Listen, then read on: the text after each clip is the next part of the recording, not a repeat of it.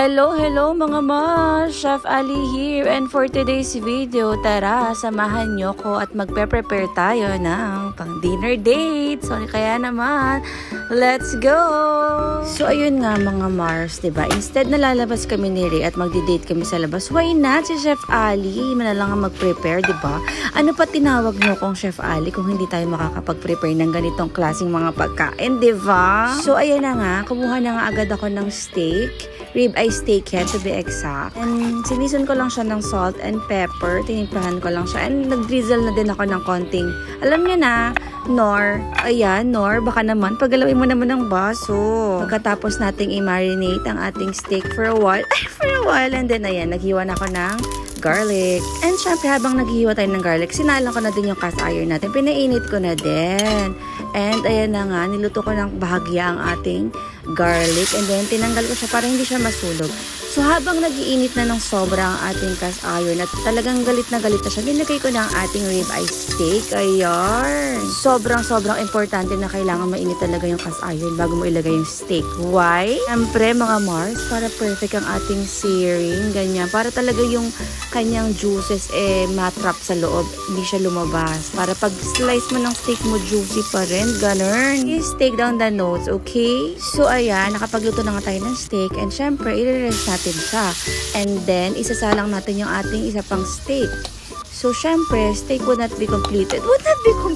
Syempre, papartneran natin yan ngayon, mga Mars, ng Del Monte quality na whole corn. Del Monte, ikaw na lang hinihintay ni Chef Ali. Pagalawin mo na ang baso. Char! So, ayan, kumuha nga ako ng separate pan. And then, nilagay ko na ang ating corn. And then, nakita nyo, ayan, ubos na. And then, sinimplihan lang natin dito. Naglagay lang ako ng butter, drizzle ng konting dried parsley, salt and pepper. Tapos, ayan, zinum ko. Para mabilang nyo kung ilang parsley ang nilagay natin. Charot! So, ayan, chopstick ko. Ang arte ko, Jarn. And, ayan, tapos na okay na yan. And then, proceed na tayo sa plating. So, kumuha na ako ng plate.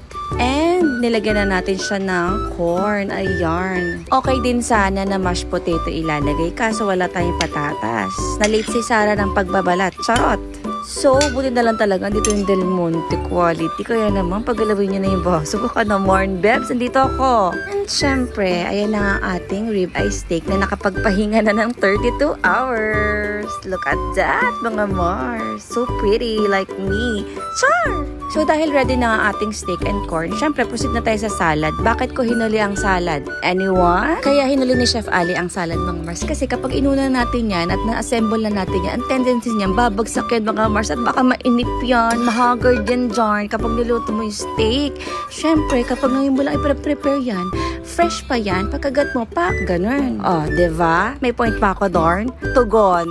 So, ayun na nga. At syempre, para to kay paring Ray nyo, kay maingay, baka kiligin na naman yun. Char! Hindi natin titipirin sa ingredients tong salad na to. Hindi to basta-basta, mga Mars. Pangdiinan to. Like may smoked salmon dito. Char!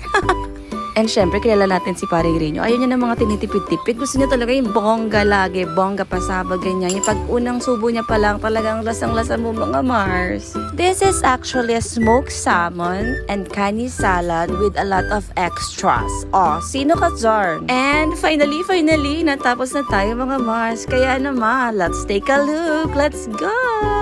Ayan na siya. O, diba? Ang bongga niya talaga.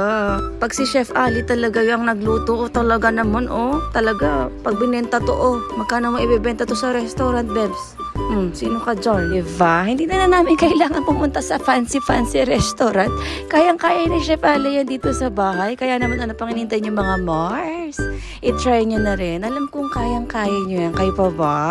So, kaya naman, mga Mars, cheers for that! And ayan, kakain na muna kami ni Paring Ray nyo. So, ayan, yun lang. Share! Bye-bye!